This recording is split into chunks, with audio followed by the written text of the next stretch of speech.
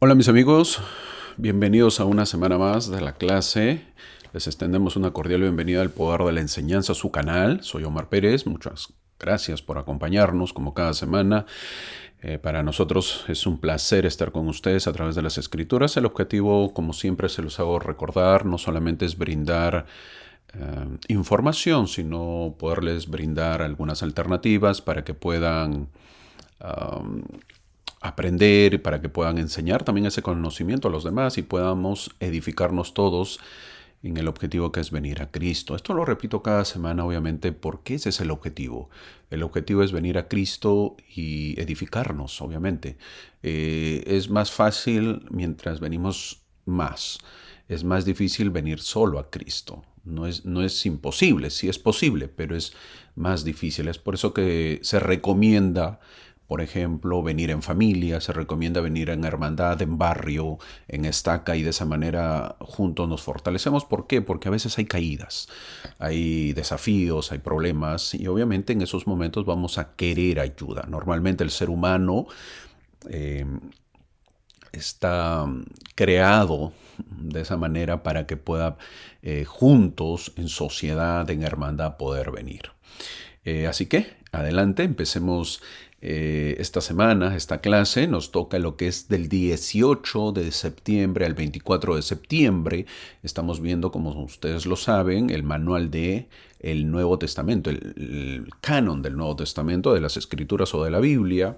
Estamos siguiendo lo que es el manual Ven, Sígueme, que es de la Iglesia de Jesucristo de los Santos de los Últimos Días, un manual para toda la Iglesia. Y el día de hoy veremos lo que es 2 Corintios capítulo 8 al capítulo 13. Terminamos 2 Corintios, así que está interesante. Terminamos una de las cartas de Pablo, que ha escrito varias. Obviamente ya terminamos 2 Corintios. Y obviamente estamos terminando también el mes de septiembre. Así que nos queda octubre, noviembre, diciembre, 3 meses más. Si ha seguido, obviamente, este año los videos o los videos de esta clase, del manual, ya nos quedan 3 meses, y con eso podemos decir, obviamente, que hemos leído un canon más de las Escrituras, que viene a ser el Nuevo Testamento. Y si ya has hecho el año pasado, ya van leyendo toda la Biblia. Y obviamente faltaría lo que es el libro de Mormón, que hacemos el próximo año, y un año más el libro de Doctrina y Convenios. Y con eso completamos todo lo que son los 4 cánones de la Iglesia. Y obviamente haber aprendido mucho del Evangelio. Así que saludo, como siempre, a todos los que nos siguen. Vamos a ver ahora algún diseño, porque he visto algunos comentarios acerca de cómo estoy presentando las clases. La idea es no tratar de ser monótonas, sino pues que haya cierta diferencia o intercambio para que puedan ver opciones, y de esa manera, si les agrada, pues tener algunas ideas, porque veo que hay muchos que enseñan en sus casas de repente, o son maestros de seminario de la escuela dominical, y esto es una alternativa más. Qué bueno, qué bueno. Espero que les guste. Hoy día van a ver algunos diseños ahí para que no nos durmamos, porque hay muchos, luego me da gracia. Todos los comentarios yo lo tomo de esa manera, con tono de buen humor. Y si no les agrada el video, también, como les he dicho, si les agrada el video, pueden darle pues la manito hacia arriba, que es el like, y el unlike, que no les agrada, pues la manito hacia abajo. Aquí hay libertad, lo pueden hacer como ustedes gusten. Les comentaba esto porque he tratado de hacerlo diferente, o estoy tratando de hacerlo diferente para el próximo año también, para que las clases sean un poco más dinámicas. Me comentaba un hermano hace unos meses, me dijo: sí, hermano, yo veo sus videos porque a mí me encanta escucharlo, y lo escucho antes de dormir, porque inmediatamente lo escucho y ya me duermo.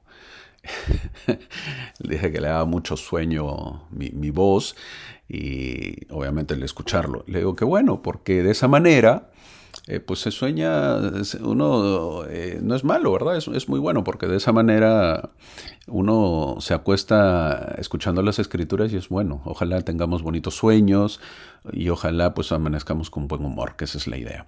El título de la clase del día de hoy es basado en este versículo, que es: Dios ama al dador alegre. basado en versículo 2 de 2 de Corintios capítulo 9, versículo 7, que dice, cada uno dé como propuso en su corazón, no con tristeza ni por necesidad, porque Dios ama al dador alegre. Fin del versículo. Así que Dios ama al dador alegre. Nosotros damos, somos dadores, damos nuestro diezmo, nuestras ofrendas de ayuno, compartimos con el prójimo, lo hacemos de manera alegre o refunfuñamos o nos enojamos, nos sentimos tristes.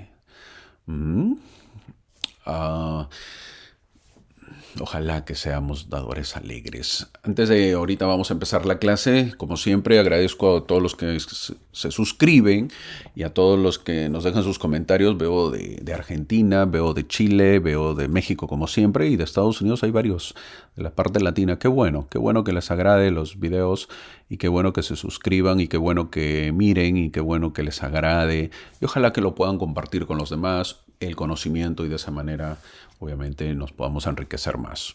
Gracias, muchas gracias por acompañarnos. El apóstol Pablo, entramos a la clase, el apóstol Pablo escribió a los santos en Corinto explicando que los miembros de la iglesia en Macedonia habían dado libremente a aquellos que estaban necesitados. Pablo alentó a los santos corintios a seguir también el ejemplo del Salvador al ayudar a los pobres. Pablo enseñó acerca de las bendiciones que reciben aquellos que dan alegremente a los pobres. En este capítulo veremos cómo poder comprender y cumplir el papel al ayudar a otras personas que están necesitadas. Así que este capítulo habla de eso, de compartir, de dar, de ayudar pues a otras personas que están necesitadas. De esto trata estos capítulos, el 8, el 9, el 10, el 11, el 12 y el 13, 6 capítulos que veremos el día de hoy. El día de hoy, como les dije, vamos a ver lo que es 2 de Corintios, capítulo del 8 al 13. Más o menos están distribuidas así las diapositivas para poder tener una idea. Y obviamente el tema central es el dar, la dádiva. Y para ello veremos lo que nos enseñan las Escrituras. Esta clase empieza con el título prácticamente de cuidar a los pobres. En esta clase empieza con el cuidado a los pobres o cuidar a los pobres. El cuidado de los pobres o cuidar a los pobres. Y para ello vamos a ver qué dice Pablo.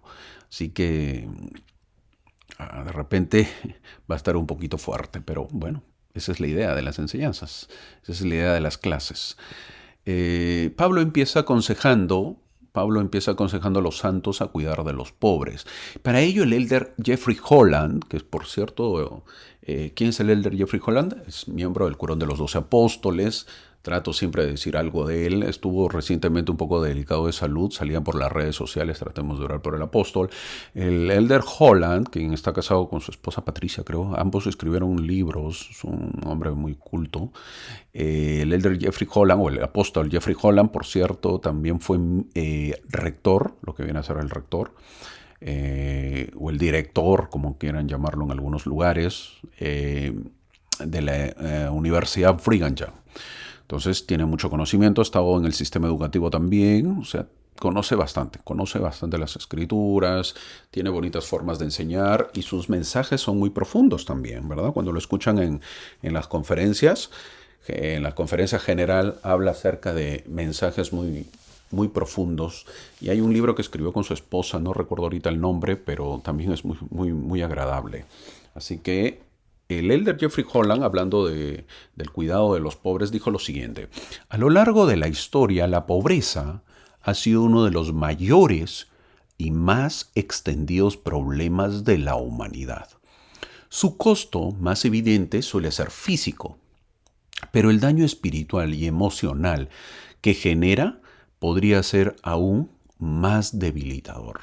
¿Cuándo lo dijo eso? Eso lo dijo esto lo encontramos en la Liaona de noviembre del año 2014. Se llamó su título ¿No todos somos mendigos? Hizo la pregunta así se llamó su mensaje. Así que lo pueden encontrar en la Liaona. Veamos lo que él recalca. Él dice que la pobreza pues, ha sido uno de los mayores y más extendidos problemas de la humanidad. Hasta ahora, no es que haya sido, ¿verdad? Sigue siendo, ha sido en el pasado y sigue siendo en el presente y va a ser en el futuro. Ahora dice que su costo más evidente pues suele ser físico, pues obviamente la parte física, el daño espiritual también que hay y emocional que genera podría ser aún más debilitador, ¿no? La parte física del ser humano, un niño, imagínense que no tenga una alimentación correcta cuando es pequeño, cuando es niño, cuando es bebé, eh, es terrible, es difícil de superar ya en la adultez. Y obviamente pues vienen las enfermedades, vienen todos los malestares, ¿verdad? También el daño espiritual y emocional que genera eso. La pobreza, hay que entender lo que la pobreza, ya fin del comentario del Elder Holland, la pobreza es la condición de no tener pues suficientes recursos necesarios, lo que puede incluir dinero, bienes o medios para sostenerse. Un problema mundial, eso es un problema mundial. Hay pobres en todo lugar y en todos los países. Obvio que en algunos países mucho más que en otros, pero asimismo hay muchos países que tienen muchísimo más pobres que otros. Eh, el mismo Estados Unidos, que viene a ser una de las potencias del mundo, pues hay muchos pobres, ¿no? Acá se llaman los homeless y hay mucha gente que vive en las calles. Obviamente hay mucha necesidad. Obviamente sin contar los otros países a nivel mundial donde hay mucho mayor necesidad. Esto el Elder Holland mencionó, obviamente que pues hay un daño espiritual y emocional. Haciendo mención, como vemos la imagen un poco triste, desgarradora un poco, donde un niño pues está recolectando un poco la basura o sacando provecho de repente para vender cosas que son reusables. He visto muchos niños, generalmente hombres o también mujeres, que están en la basura o recolectando a veces las latas de las gaseosas o de las cervezas porque es de aluminio y eso se lo recogen y eso se vende, ¿verdad? Tratando de recolectar algo de dinero. Hace años, cuando fui misionero, tuvimos la oportunidad con mi compañero de estar en un lugar donde conocimos a un hermano que él nos llamó. Estábamos caminando y él nos llamó a nosotros y estaba sentadito ahí en su casa afuera y él nos llamó mientras pasábamos. Era un hermano más o menos de unos 50 años, más o menos. Y un hombre pequeño, de estatura, pues estamos hablando de unos 1,60 m, creo que 4 pies y 4,7 más o menos, ¿no?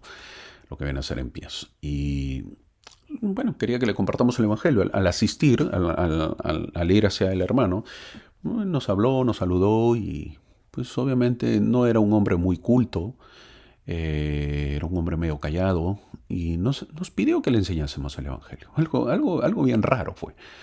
Y obviamente pues le enseñamos, ¿no? Él vivía con su esposa y su nieto. Y obviamente al enseñarle la esposa no quería. El nieto era muy pequeñito. El nieto era de 6 años y él también estaba ahí sentadito escuchándonos cuando le enseñábamos el Evangelio. 6, 7 años más o menos tenía el niño. Entonces, obviamente, él escuchaba el niño y el señor o el hermano escuchaba el Evangelio. Le enseñamos todos los mensajes, le llevamos un domingo a la iglesia y al siguiente domingo él obviamente le tomó la decisión de poder bautizarse.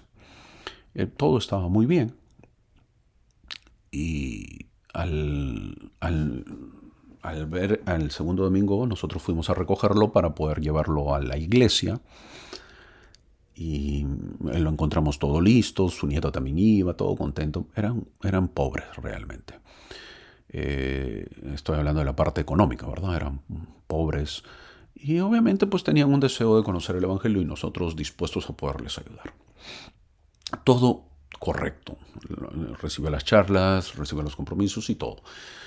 Sinceramente a nosotros nos pareció como con mi compañero algo raro, algo había ahí. ¿Por qué alguien nos pidió que le enseñáramos así el Evangelio? Pero bueno, no sabíamos y cuando le preguntábamos al hermano nos dijo, bueno, yo quiero conocer el Evangelio, quiero cambiar mi vida, está bien. Ese día, el día domingo que nos íbamos al bautismo, Era domingo, estamos hablando del domingo 8:30 de la mañana, porque empezaba a las 9 de la mañana. Imagínense un domingo en los países latinos, normalmente pues es casi, no hay gente, ¿verdad? Y normalmente es casi, no hay nadie en las calles. Entonces al estar caminando para llegar a la iglesia, pasamos por una tienda. En esta tienda era un pequeño bar, esos tiendas que venden cerveza también ahí, medios escondidos, obviamente que se amanece la gente y que sale. Y mientras nosotros pasamos, el hermano traía una jacket o casaca o como le llaman, chaqueta verde, yo recuerdo, y porque hacía un poquito de frío. Y bueno, nos íbamos y mientras estábamos caminando, alguien lo vio y lo llamó por su nombre y él dio vuelta.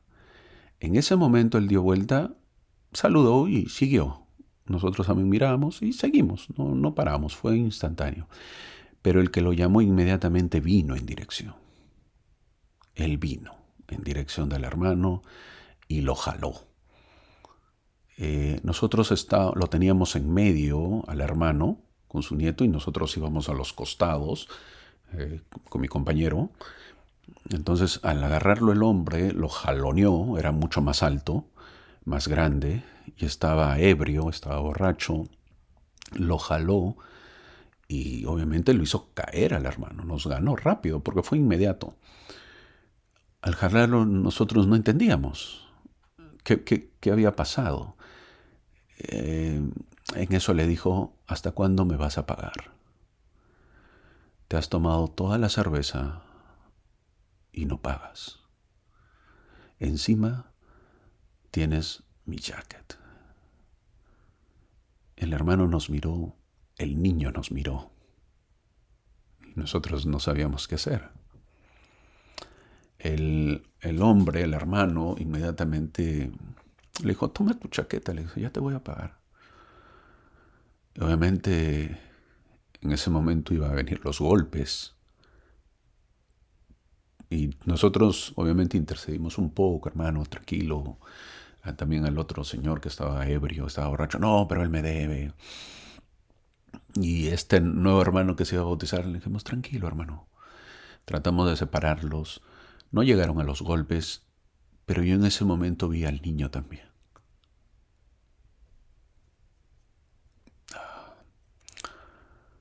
Un niño que pues no entendía al ver a su abuelo cómo lo maltrataba, cómo lo despojaron de la jacket. Obviamente o le gritaban, ¿verdad? Que pague. El hermano había tenido problemas con el alcohol, pero él quería salir de esa vida. Ya no quería seguir en eso.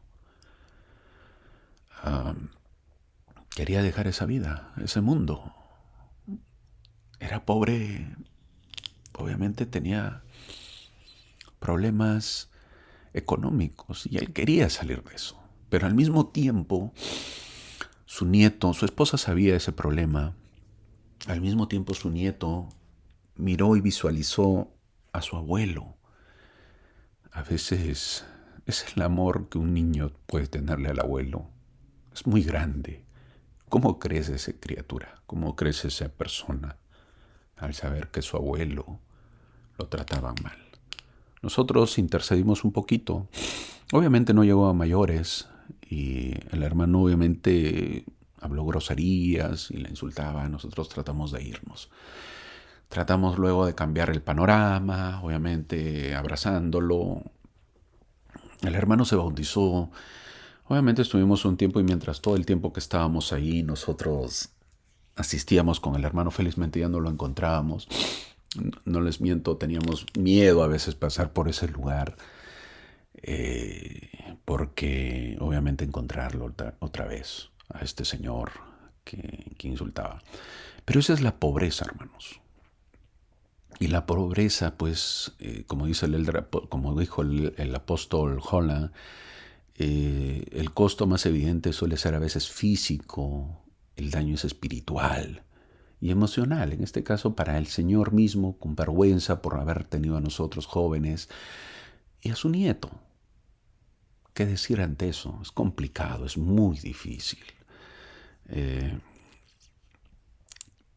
Ahora, en los versículos del 1 al 8 que vamos a ver, en primer lugar, que habla el manual o que habla las escrituras, perdón, en primer lugar, veremos por qué Pablo está hablando sobre el dar? Es la pregunta. ¿Por qué? ¿Para qué estaba juntando dinero Pablo? Pablo estaba juntando dinero para ayudar a los cristianos en Jerusalén. Vamos a hacer un recuento de ello. Obviamente los de Jerusalén eran muy pobres. Él ya había mencionado este esfuerzo en 1 Corintios en el capítulo 16, en los primeros 14 versículos, en los primeros 4 versículos. Los macedonios, aunque estaban en grande prueba de tribulación y aunque estaban en profunda pobreza, aún dieron generosamente, abundaron en riquezas de su generosidad. Por ejemplo, en el capítulo 8 vamos a leer lo que dice en el versículo 2. Qué grande que en grande prueba de tribulación la abundancia de su gozo y su profunda pobreza abundaron en riquezas de su generosidad. Qué bonito. Pablo explicó que los miembros en Macedonia dieron porque deseaban hacer la voluntad de Dios. Pablo alentó a los santos de Corinto a seguir ese ejemplo de proveer para las necesidades de los demás con amor sincero. El versículo 3 dice, que está en la diapositiva, dice, pues doy testimonio de que con agrado han dado conforme a sus fuerzas y aún más allá de sus fuerzas. Qué bonito. Fin del versículo. ¿Cómo es dar más allá de las fuerzas? No habla de dar de lo que les sobra o de lo que te sobra. No habla de dar lo que ya no queremos o no usamos. No, habla de conforme a sus fuerzas y aún más allá de sus fuerzas. Wow, eso es el dar. No es lo que te sobra, mi amigo. No es lo que te sobra, mi hermano. No es lo que ya no quieres. A veces hay la costumbre, y eso es, yo creo que tenemos el buen corazón, pero a veces las palabritas están mal. Te invito, te invito a un plato de comida, te invito a una galleta, te invito a un helado. Sí, es que este no me gusta, por eso te invito. Te invito sí, porque ya me llené, te invito. ¿Qué quiere? Me estás invitando a tus sobras. Y cuando no es así, ¿verdad? No debemos hacerlo, no debemos ser así. Yo no invito sobra, no debemos hacerlo. Y eso es lo que nos enseña Pablo. Pablo en el versículo 2 dice, y mientras ustedes pasaban en grande prueba de tribulación, en su profunda pobreza, pobres bien profundos, abundaron sin embargo en riquezas de su generosidad. Y él dice en el versículo 3, doy testimonio que con agrado han dado conforme a sus fuerzas y aún más allá de sus fuerzas. La pobreza no debe marcarnos en la vida. Nosotros es verdad que somos pobres, pero podemos ayudar a los demás, a los que tienen, a los que necesitan, porque tenemos quizás un poquito más. Lo que vamos a recordar es la historia en el tiempo de Cristo, por ejemplo. El reporte de la ofrenda de la viuda en Lucas capítulo 21, en los versículos del 1 al 4. Esto lo recordamos, tal como vemos la imagen, porque ilustra el mismo punto. Ella solo dio 2 blancas, el cual era una pequeñísima cantidad de dinero. En ese sentido, ella dio conforme a sus fuerzas. Sin embargo, ya que ella dio todo lo que tenía, ella dio más allá de sus fuerzas. Y por cierto, ¿qué fuerzas podría tener pues una viuda, ¿no? Una persona mayor? El mismo principio de ofrendar era evidente en los cristianos macedonios. Es decir, los macedonios cumplen tan igual como lo hizo la viuda. ¡Wow! ¿Te imaginas ser comparado con esta mujer? ¿Te imaginas que te comparen con esta viuda? Que te digan algún día, mi hermano, tú has dado así como dio la viuda. Eso sería un gran homenaje. Eso sería un gran punto a nuestro favor. No olvidemos que esa blanca de la pobre viuda estaba más allá de la riqueza del hombre rico. Es verdad que la viuda era pobre, pero su mente y espíritu eran ricos. A diferencia del rico, que era rico, pero su mente y espíritu era pobre. ¿Cuál deseas ser tú? ¿Cómo está tu mente? ¿Cómo está tu espíritu? En el versículo 4 dice, pidiéndonos con muchos ruegos. Fin del versículo. Volvemos a 2 Corintios, así dice, pidiéndonos con muchos ruegos. Pablo no tuvo que rogar por dinero a los cristianos macedonios, pero ellos le estaban rogando a él, pidiéndonos que recibiera, así dice, pidiéndonos que recibieran la ofrenda. Eran los macedonios los que rogaron a Pablo el privilegio de dar, no que Pablo rogó por dinero. Por cierto, Pablo sabía que eran pobres y no les ruega, no les pide, les enseña, pero los macedonios le ruegan a Pablo que reciban su ofrenda. Así, aunque los cristianos macedonios no tenían mucho que dar, ellos en verdad querían dar. Ellos vieron como un privilegio el dar. La generosidad de un verdadero cristiano no puede ser medida por qué tanto tiene uno para dar. Por lo regular, aquellos que tienen menos son más generosos con lo que tienen. La verdadera ofrenda es estimada en términos de sacrificio y no de cantidad. Al dar, el verdadero asunto no está en dar dinero, está en darnos al Señor. Termino la historia que conté al comienzo. Cuando se bautizó este hermano, luego obviamente tuvimos que ir porque teníamos que fortalecer a este hermano. Y lo hicimos. Durante todo el tiempo que estuvimos, creo que fueron 3 meses más. Y luego obviamente quedaron ya los otros misioneros. Pero mientras íbamos, al comienzo él nos recibía afuera de su casa. Allí pusimos 4 piedras. Ahí nos sentábamos, todos, mi compañero y yo, y otras 2, este hermano y su nieto, que siempre nos acompañaba, que era muy bueno. Con el tiempo, ya después de bautizado, él nos dejó entrar a su casa. Y fue una de las casas más pobres que yo he entrado. Una casa muy pobre. Obviamente que a veces parecía mejor estar afuera que estar adentro, porque eran bien pobres. Sin embargo, siempre cuando íbamos, nos daban algo que comer. Y nosotros siempre le decíamos, no, hermanito, no. Y él se sentía mal. Nos daban que comer. Y nosotros veíamos cómo no tenía. Y quizás ustedes digan, ¿cómo puede ser posible que usted reciba? Hasta que nosotros, obviamente, tuvimos que hablar con los hermanos y nosotros llevábamos cosas, pero aún así se veía que el hermano quería compartir. Son los hogares donde menos tienen, más dan. En el versículo 7 dice, abundad en esta gracia. Fin del versículo. En la gracia de la bondad, Pablo invita a los santos de Corinto a ser liberales en sus donaciones de bienestar. Los que abundan en la fe y en los atributos de la piedad son los que más reparten generosamente de sus bienes para el bienestar temporal de los demás. El dar significa involucrarse y demuestra una verdadera obra de la gracia de Dios en el corazón. La habilidad de dar y tener el corazón para dar libremente es un don de Dios. En el versículo 9 podemos hacer una pregunta. ¿Qué hizo Jesucristo por los santos, entonces, con respecto a la riqueza? Y la respuesta es, se hizo pobre. Jesús vivió su vida terrenal como un hombre pobre. No debemos de exagerar la pobreza de Jesús, por cierto. Después de todo, él no era un mendigo indigente, pero era pobre y llevó una vida de pobreza.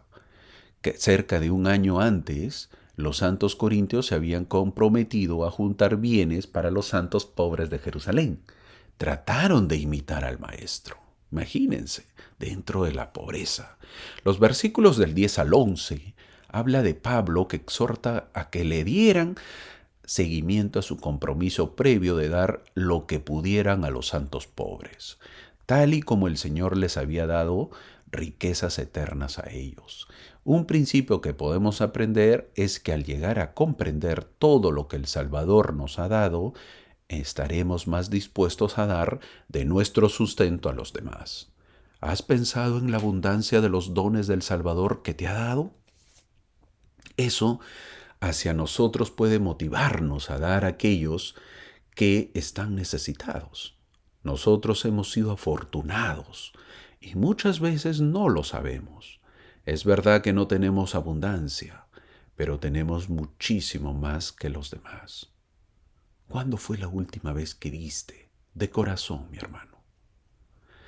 En los versículos del 12 al 15 habla de la importancia de apoyarse unos a otros de maneras temporales.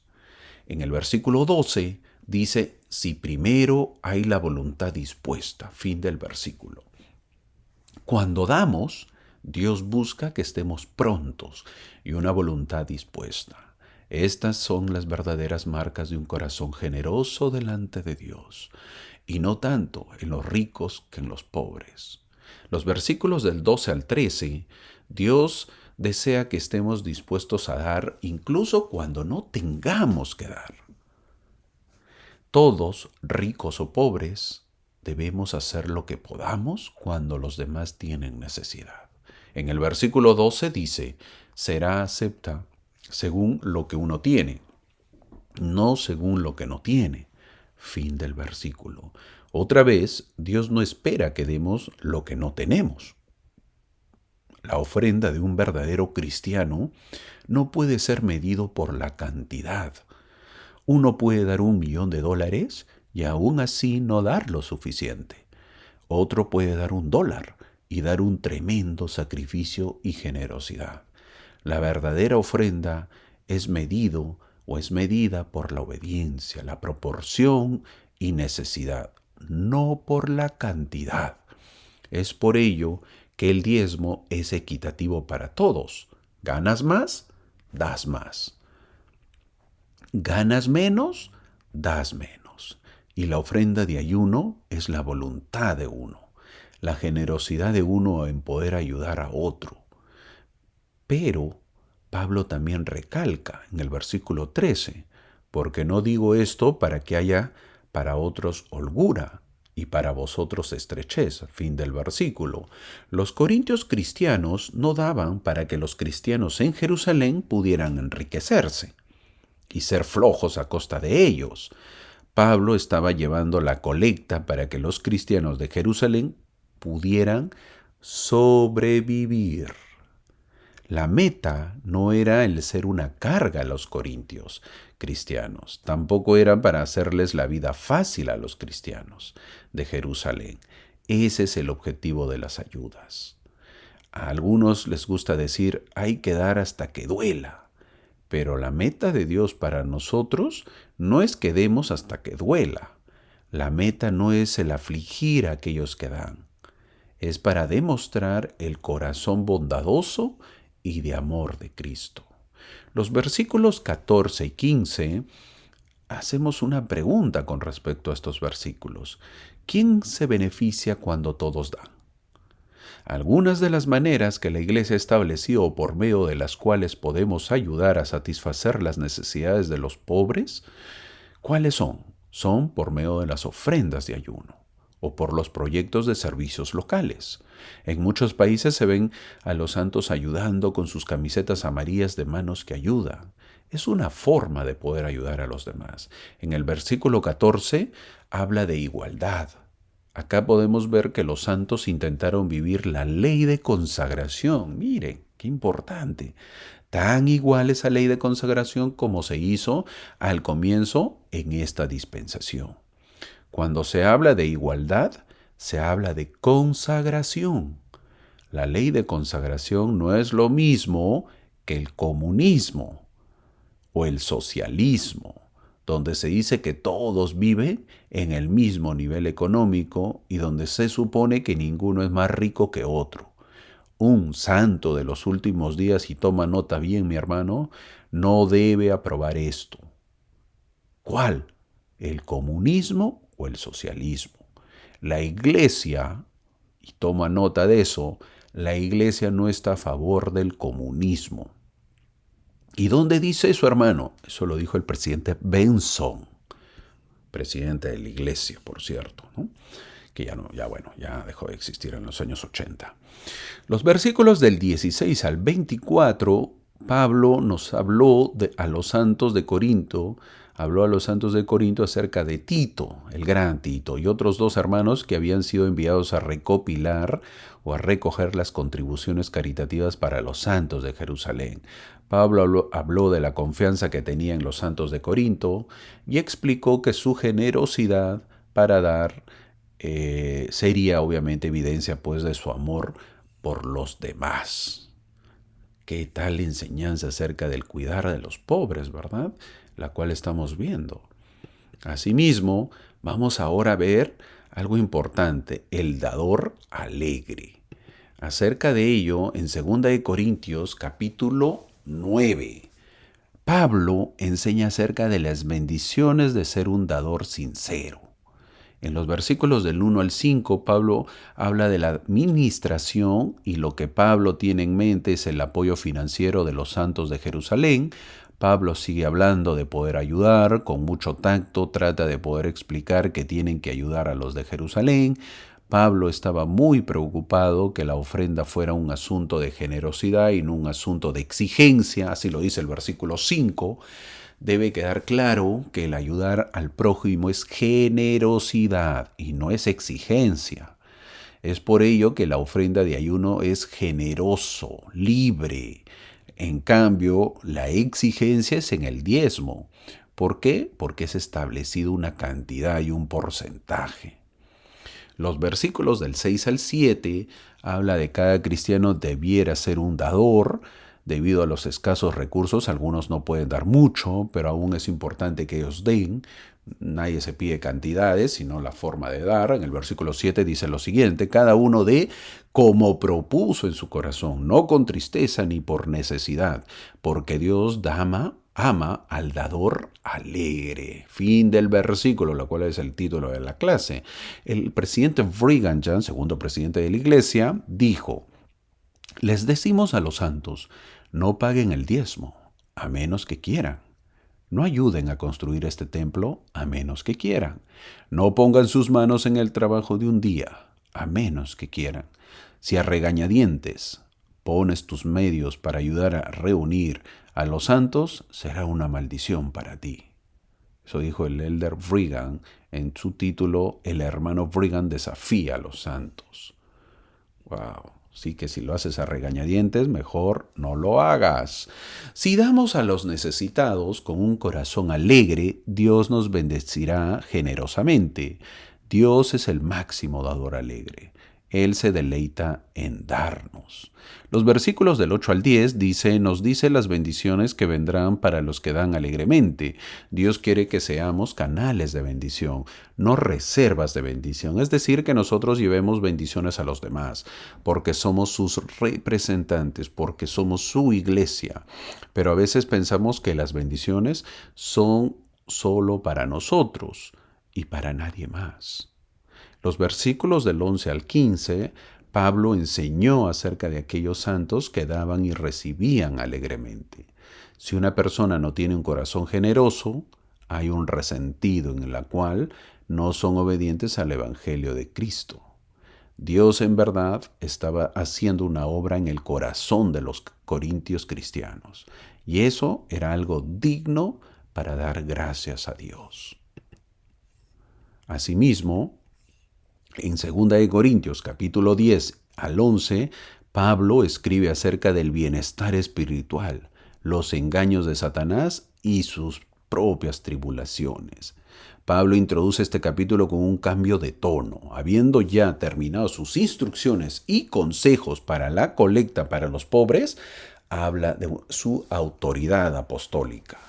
Los versículos del 3 al 6, Pablo enseñó qué debemos hacer para tener éxito en esa guerra contra Satanás. La guerra, hermanos, es real y tenemos que ver cómo vamos a ganar esa guerra. Pablo admite que andamos en la carne, pero no militamos en la carne, así dice el versículo 3. Pero el secreto está en el versículo 5, llevando cautivo todo pensamiento. Dice, conforme controlemos nuestros pensamientos en obediencia a Jesucristo, tendremos más éxito en la guerra contra Satanás. ¿Qué podemos hacer para controlar nuestros pensamientos? Entre otras cosas, por ejemplo, podemos orar, memorizar escrituras, cantar o memorizar himnos. ¿Cuántas veces oramos al día, mi hermano? ¿Cuántos versículos de las escrituras sabes? Siempre en las clases digo algunos versículos que debemos marcar y aprender. Hasta ahora, ¿cuántos versículos te has aprendido? Ay, hermanito, ya estoy mayor, ya no me puedo aprender. Si sigues con esa actitud, no te vas a aprender nada.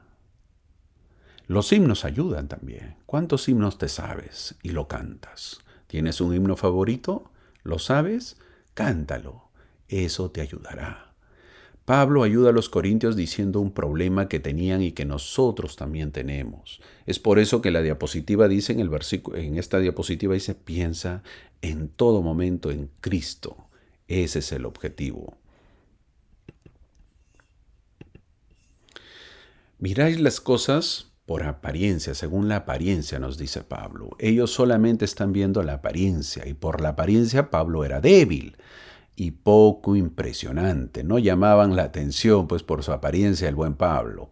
Pablo no era un joven buen mozo, sino era mayor, no era muy alto, sino bajo, y no andaba con sus mejores prendas como muchas veces esperamos. Es por ello que muchos predicadores, si se han dado cuenta, andan con sus mejores trajes para impresionar a la gente, porque eso llama la atención y gusta a la gente. Te gusta ver así a un líder, ¿verdad? Bien vestido, con joyas, bien presentado. Eso nos gusta. ¿Por qué es la pregunta? ¿Por qué nos llama la atención el buen vestir? ¿Por qué nos llama la atención el buen parecer? Cuando alguien te predica el Evangelio, cuando alguien te habla del Evangelio, ¿qué es lo que ves? ¿Su apariencia o tratas de ver el Evangelio que habla? Ninguno de nosotros quiere ser juzgado únicamente por la apariencia. A menudo queremos que las personas vean nuestro corazón o sientan nuestro mensaje. Mi hermano, ¿tienes un discurso esta semana? ¿Estás pensando qué ponerte? Creo que ya empezaste mal. Primero es el discurso y al final lo que llevarás puesto. ¿Tienes un discurso en la conferencia destaca y todos te van a ver? Mi hermano, la apariencia no es lo importante. No desvíes tu mensaje. No pretendas que admiren tu bonita corbata, o tu bonito collar que vas a usar, o el reloj que usarás. Si ves que alguien trata de presentar su apariencia mucho más que el mensaje, creo que no vale la pena escucharlo. Tampoco seamos extremistas, no digo que no debemos ir presentados, pero si nuestra ropa es lo primero que pensamos, para los domingos creo que debemos ir cambiando ese pensar. Los corintios juzgaron a Pablo por su apariencia. ¿Nos parecemos a los corintios? En el versículo 10 se resume lo que hablamos, porque a la verdad dicen, las cartas son duras y fuertes, mas la presencia corporal débil y la palabra menospreciable. Fin del versículo. Los corintios consideraban que lo que escribía Pablo era muy duro para ellos. La verdad les dolía. Pero cuando conocieron a Pablo, como que no les impresionó. Por eso dicen la presencia corporal débil, así lo llaman a Pablo.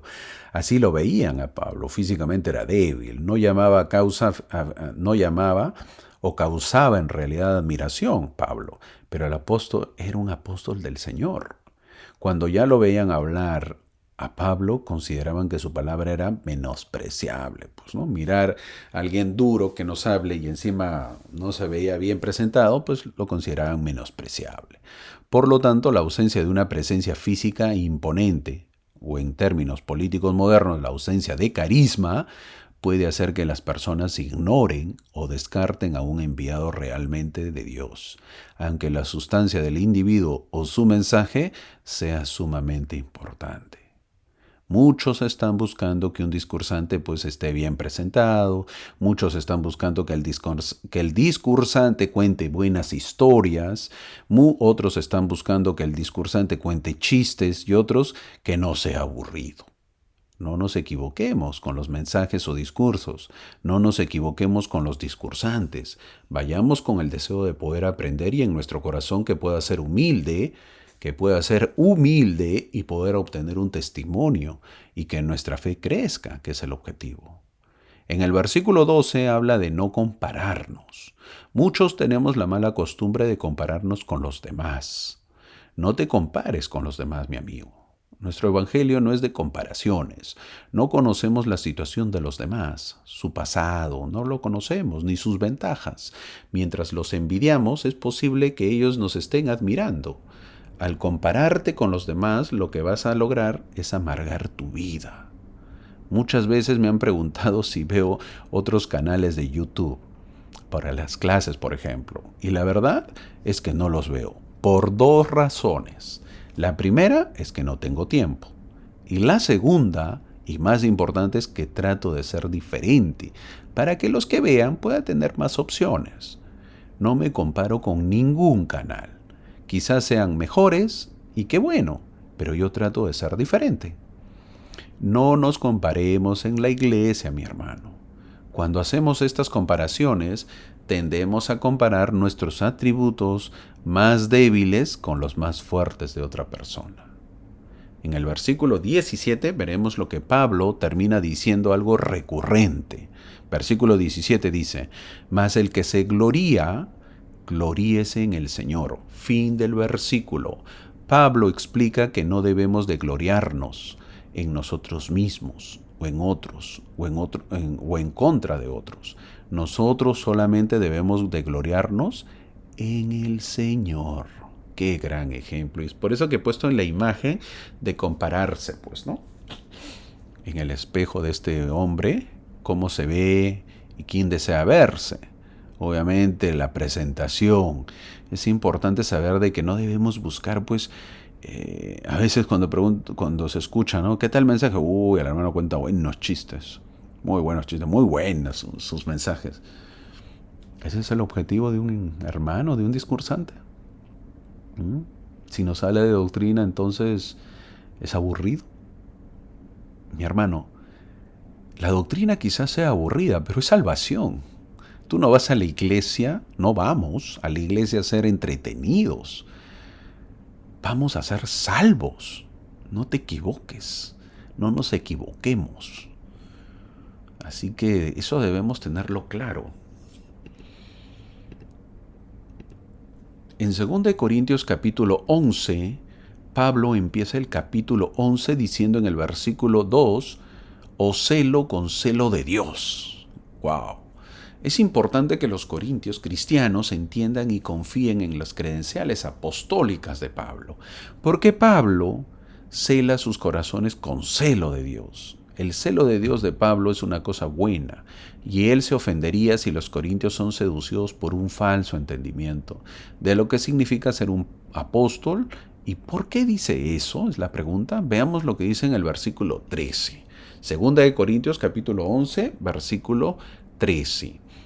Allí habla de los falsos apóstoles. Es por eso que he puesto la imagen del quórum de los 12.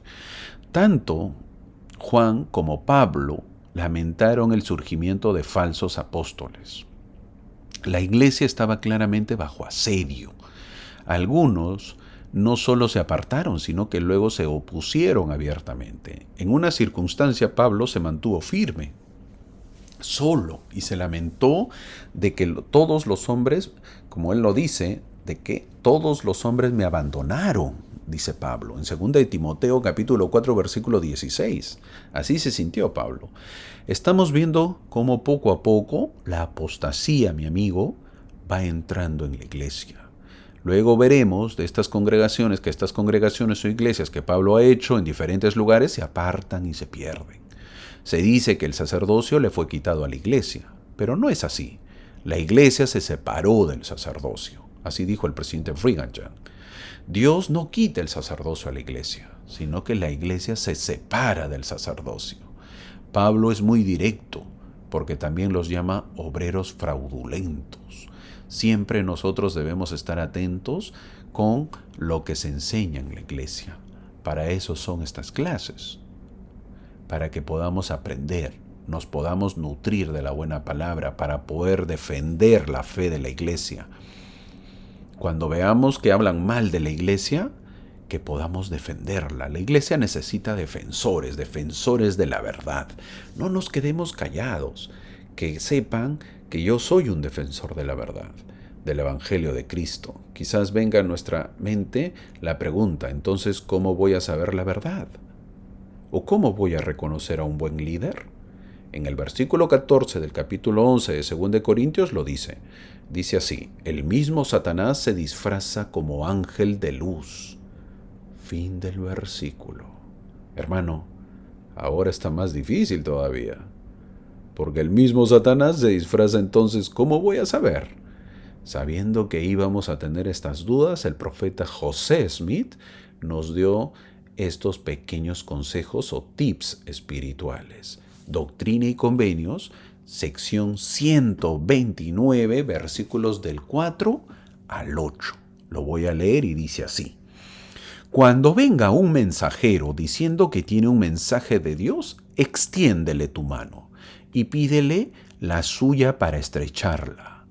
Si es un ángel, lo hará y sentirá su mano. Versículo 6. Si es el espíritu de un hombre justo hecho perfecto, vendrá en su gloria, porque sólo de esa manera se puede aparecer. Versículo 7. Pídele que te estreche la mano, pero no se moverá, porque es contrario al orden de los cielos que un hombre justo engañe. Sin embargo, aún así comunicará su mensaje. Versículo 8. Si es el diablo, fingiendo ser un ángel de luz, cuando le pidas que estreche tu mano, te ofrecerá la suya, pero no sentirás nada. Así podrás descubrirlo. Fin del versículo. ¿Tienes dudas que si se te aparece un espíritu en tu vida? Ya sabes qué tienes que hacer. No nos dejemos engañar. Satanás tiene mucho conocimiento, tiene muchísimos años haciendo su trabajo y sabe cómo hacerlo. Recordemos el libro de Mormón a un conocido Corior. Recuerdan que trató de engañar a los nefitas. Él admitió que Satanás se le apareció como un ángel y le dijo que enseñara al pueblo. Alma capítulo 30 en el versículo 53. Mas he aquí me ha engañado el diablo, pues se me apareció en forma de ángel y me dijo, ve y rescata a este pueblo. Fin del versículo. ¿Cómo fue engañado Corior, verdad? Sería bueno que lo leas todo el versículo para que sepas y recuerdes a Corior y cómo termina su vida, por dejarse engañar, hermano.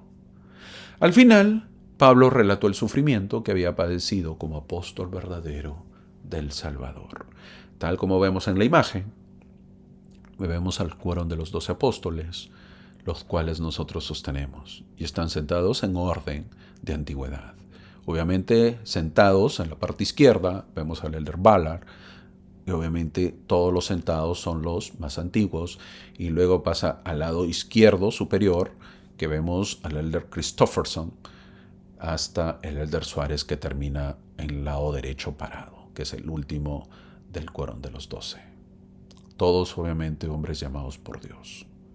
Conócelos. Cada vez que visiten, que escuchen sus mensajes, son hombres correctos llamados por Dios, mi hermano, los cuales tú mismo sostienes en cada conferencia. Cada conferencia destaca y en cada conferencia general. Tú admites, levantando el brazo, admites que ellos son profetas. Escuchémoslo. Y no solamente eso, sigamos sus consejos, que es lo que se nos pide. Así estamos llegando y viendo cómo 2 de Corintios capítulo del 8 al 13 nos va enseñando. Ahora conoceremos algo importante en 2 de Corintios 12. Pablo relata ser arrebatado al cielo. ¿Se acuerdan? Y enseña cómo nos puede beneficiar el reconocer nuestras debilidades. ¿Recuerdan su experiencia que él tuvo cuando él quedó ciego, cuando él estaba caminando y se le apareció, ¿verdad? A Pablo le preocupaba que los demás tuvieran un concepto muy elevado de él mismo, cuando todavía tenía pruebas mortales que vencer. Pablo es verdad que había subido hasta el tercer cielo. Veamos 2 Corintios capítulo 12, versículo 3. Será arrebatado hasta el tercer cielo. Fin del versículo. Pablo también entendió y enseñó la doctrina de los diversos cielos o grados de gloria. Naturalmente, si hay un tercer cielo, también debe haber un primero y un segundo. En 1 Corintios capítulo 15, Pablo identifica 3 grados de gloria y da nombres a 2 de estos cielos. Al hablar del orden de los cuerpos resucitados, afirma, hay también cuerpos celestes y cuerpos terrestres, pero una es la gloria de los celestiales y otra la gloria de los terrestres. Hay una gloria del sol y otra gloria de la luna y otra gloria de las estrellas, porque una estrella se diferencia de otra en gloria. Así, Pablo indica que el cielo más alto, cuya gloria es como el sol, se llama celestial. El segundo cielo, cuya gloria es como la luna, es el terrestre. Pablo no nombra el orden más bajo del cielo, cuya gloria es como las estrellas. La declaración más clara y completa de todas las escrituras sobre los 3 cielos o grados de gloria proviene de las escrituras modernas llamada Doctrina y Convenios. Este libro contiene el testimonio de José Smith y Sidney Rigdon, quienes el 16 de febrero de 1832 fueron mostrados estos cielos en visión y que registraron su experiencia. Las revelaciones dadas a Pablo y José Smith nos hablan de nuestro destino personal. Nada es más emocionante que la brillante escena de los 3 grados de gloria en la visión de José Smith registrada en Doctrina y Convenios, sección 76. Ya lo vimos. El mundo cristiano ahora no sabe nada de tales grados de gloria. Cree solo en un cielo superficial y un infierno sombrío. Las enseñanzas de Pablo y José Smith concuerdan entre sí y se diferencian de las del mundo cristiano, porque recibieron personalmente la verdadera revelación, Pablo y José Smith, obviamente. Debió haber visto algo bastante maravilloso cuando pasó el primer y el segundo cielo y el paraíso de Dios hasta el tercer cielo. ¿Se imaginan recorriendo a Pablo todos los lugares maravillosos? Obvio que esa fue su capacitación. Hago un paréntesis para mencionar lo que otros estudiosos mencionan tal como la imagen se muestra. Hay 3 cielos que son mencionados. El primero es la atmósfera, el cual podemos ver con nuestros ojos, la cual vemos con nubes, sería el primer cielo, que está al lado izquierdo. El segundo es el cielo estrellado, el cual se ve en los libros o cuando se van al espacio. Sería el segundo cielo. Y el tercero, el hogar de Dios, o conocido también como el tercer cielo, a este lugar es donde Pablo fue o donde Pablo menciona que fue llevado. Así como Pablo reconoce que tuvo una maravillosa experiencia espiritual, también dice en el versículo 7 del aguijón en la carne que tenía. Al parecer todos podían ver el aguijón en la carne de la cual Pablo padecía. No era un secreto, pero su visión celestial era un secreto hasta el día que lo declaró. Algunos de entre los corintios cristianos tenían un concepto menor de Pablo debido a su aguijón en la carne, pero no sabían nada sobre la sorprendente experiencia espiritual detrás de ello. No se sabe qué aguijón tenía Pablo, pero así es la vida. Hasta los elegidos tienen aguijones. Mi hermano, si a veces te ha pasado por la mente envidiar alguna vida de alguien o envidiar alguna familia, déjame decirte que estás haciendo amarga tu vida, porque no sabes lo que envidias. Todas, pero todas las familias tienen sus desafíos. Obviamente que otras muestran más sus desafíos y otras muestran menos. Se conoce a muchas personas que nacieron con impedimentos físicos y quizás no podemos comprender plenamente, pero todos somos hijos de Dios y todos amados por Él. Y hemos venido a este mundo para poder pasar por esas experiencias. Disfrutemos y aprendamos a vivir con la vida que tenemos, amando a Dios con todas nuestras fuerzas. Pablo mismo menciona que pidió 3 veces, pero la respuesta fue no. El mismo Pablo recibe como respuesta un no. Pidió 3 veces que su problema, su aguijón, pase de él, pero la respuesta fue no. Muchísimos profetas han recibido respuesta no. Esto es para que aprendamos que si ellos han recibido como respuesta no, entonces ¿por qué nosotros nos enojamos cuando la respuesta es no? Versículo 9. De buena gana me gloriaré más bien en mis debilidades para que repose sobre mí el poder de Cristo. Fin del versículo. Las grandes enfermedades traen un gran poder. Por eso los grandes profetas se glorían en sus debilidades. Entienden que están llamados a sufrir más debido a la amenaza que representan para Satanás y su reino. También comprenden que sus sufrimientos no duran para siempre y que al final saldrán triunfantes. Que ese también sea nuestro deseo. Ese sea nuestra meta. En 2 Corintios capítulo 13, Pablo exhorta a los santos de Corinto a examinarse a sí mismos y probar su fidelidad. No olvidemos que entre los santos de Corinto había falsos maestros que desafiaban a Pablo y su autoridad como apóstol. En el versículo 1, que estamos leyendo del capítulo 13, dice, por boca de 2 o 3 testigos se decidirá todo asunto. Fin del versículo. Grábate este versículo, mi hermano. Por boca de 2 o 3 testigos se decidirá todo asunto. 2 Corintios capítulo 13, versículo 1. Y así nos vamos aprendiendo versículos. Es un versículo muy importante y muy conocido. El Señor establece cada palabra por medio de 2 o 3 testigos. Según la ley mosaica, un individuo que era llevado ante el tribunal para un juicio no podía ser declarado culpable sin más de un testigo. Por boca de 2 testigos o por boca de 3 testigos, el asunto se establecerá. Dice Deuteronomios 19:15. Es muy importante saber esto porque así será con nosotros cuando seamos llevados ante el tribunal de Dios para recibir juicio. Tendrá sus testigos, ya sea a favor o en contra de nosotros, según sea el caso. ¿Dónde dice eso, hermano? Segunda de Nefi, capítulo 33, versículos del 14 al 15. Puedes leerlo. Hay más capítulos, hay más versículos. Solamente te doy uno.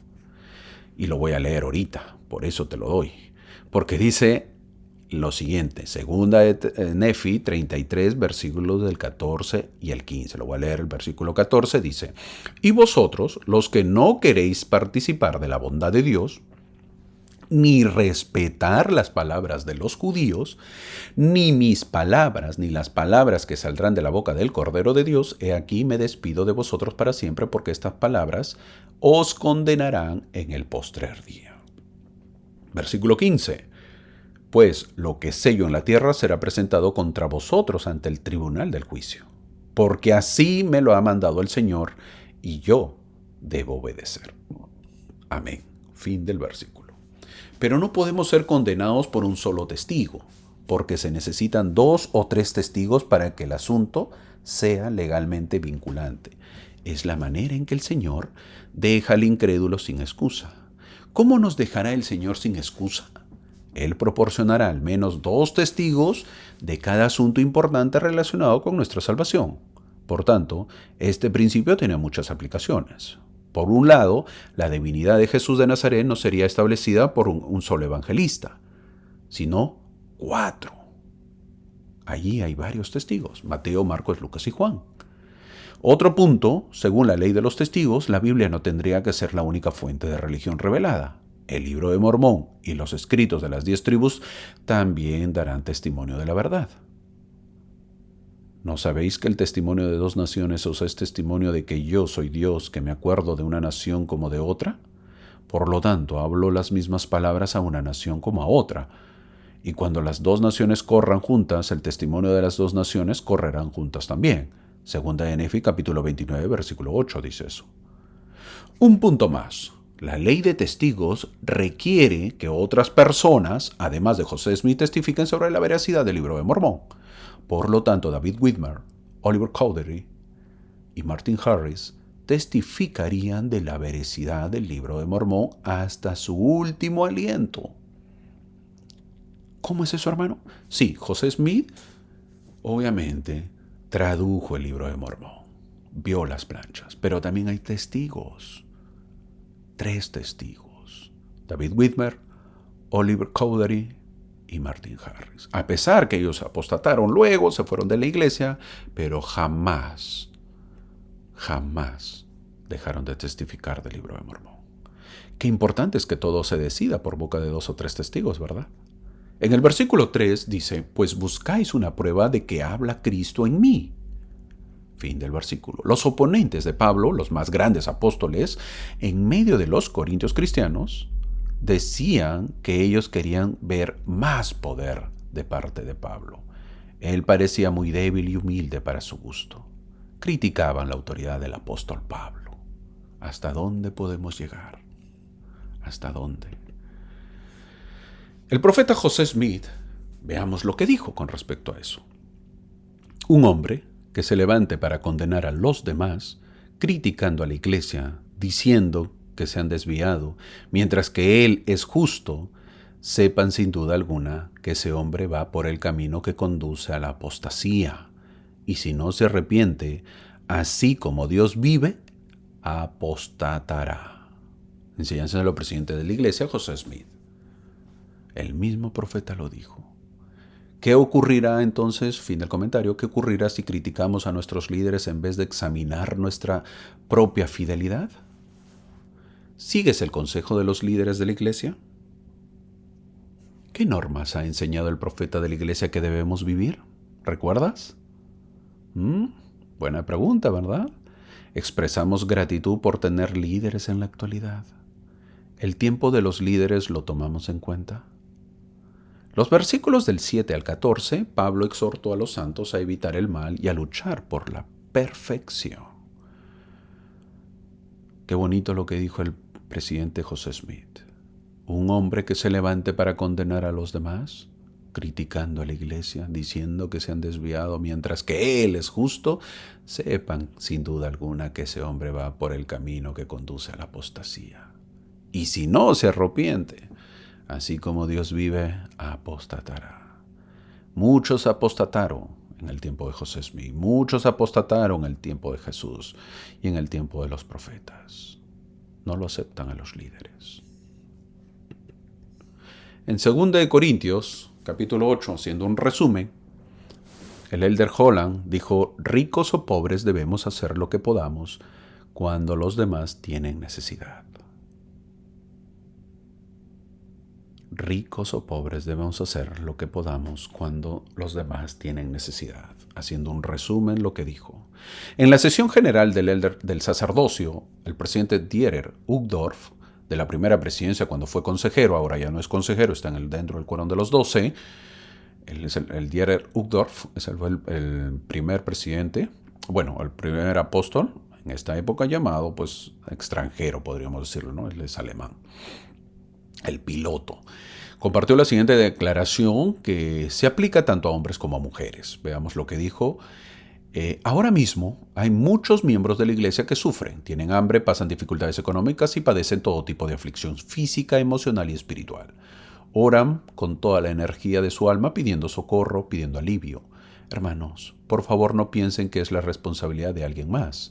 Es la mía y es la de ustedes. Todos hemos sido llamados a esta obra. Todos significa todos, todo poseedor del sacerdocio arónico y de Melquisedec, ricos y pobres, en toda nación. En el plan del Señor todos pueden contribuir con algo. Eso dijo el elder Dieter Uchtdorf. El proveer se llamó su tema, el proveer conforme a la manera del Señor. Eso lo encontramos en la Liaona de noviembre del año 2011. Eso lo dieron en la conferencia general. Luego vimos acerca de 2 Corintios, capítulo 9, el versículo 7, con respecto al dador alegre. El presidente Stephen Richard, fue de 70 autoridad general de los 70, él dijo lo siguiente, todo hombre que paga su diezmo debe disfrutarlo. El evangelio de Cristo es un evangelio de disfrute. El hombre existe para tener gozo. Cuando uno paga su diezmo, sin disfrute se le despoja de una parte de la bendición. Debe aprender a dar con alegría, voluntad y gozo, y su donación será bendecida. Fin del comentario. Charles Nibley, autoridad general de los 70, dijo lo siguiente: el Señor ama al dador alegre. Aquel que puede ir al obispo y decirle: obispo, me siento bien, quiero ayudar a la iglesia, voy a hacer todo lo que pueda. Aquí está mi diezmo íntegro. Quiero desarrollar esta obra y ser el medio para ayudarla.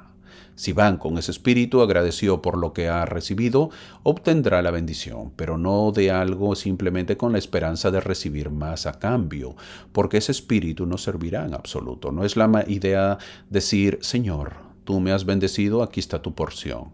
De todo lo que me des, seguramente te daré el 10º. No seamos así.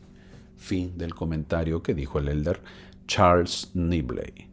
Debemos dar porque queremos dar y porque Dios puso en nuestro corazón el dar. En 2 Corintios capítulo 12, en el versículo 4, estamos haciendo un resumen, vimos que Pablo fue arrebatado donde oyó palabras inefables que no le es dado al hombre expresar. ¿Qué significa inefable? Significa que no puede ser dicho, que no puede ser explicado. Mi querido hermano, a ti que te gusta lo espiritual porque estás siguiendo estos videos y quieres aprender, te voy a decir algo pero muy importante. No es prudente hablar continuamente de experiencias espirituales extraordinarias. ¿Has tenido experiencias espirituales? Guárdatelas. Estas han de guardarse con la debida reserva y se han de compartir solo cuando el Espíritu nos induzca a mencionarlas para el beneficio de otros. Leo a muchos que siguen cada semana los videos porque les ayuda en sus clases y me alegra. Te voy a dar otro consejo. Cuando enseñes, tú vas a aprender que el mejor maestro es el que no habla mucho. No lo olvides. El mejor maestro no es el que habla y habla y habla toda la clase. No, mi hermano.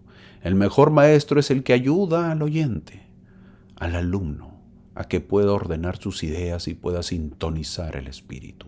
Y eso se logra haciendo preguntas y dejar que participen los demás. Al participar lograrás que el oyente o el alumno se ilumine, que el alumno pueda sentir en su interior y pueda fortalecerse y salga con determinación a poder cumplir lo aprendido.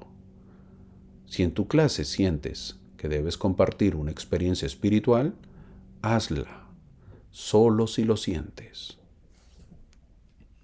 No hables mucho en las clases. Deja que los demás participen, mi hermano. Eso es lo mejor. Que tengas una hermosa semana. Y gracias por acompañarme en este recorrido de los viajes del gran Pablo. Gracias, hermano, por acompañarme cada semana y te espero la próxima semana.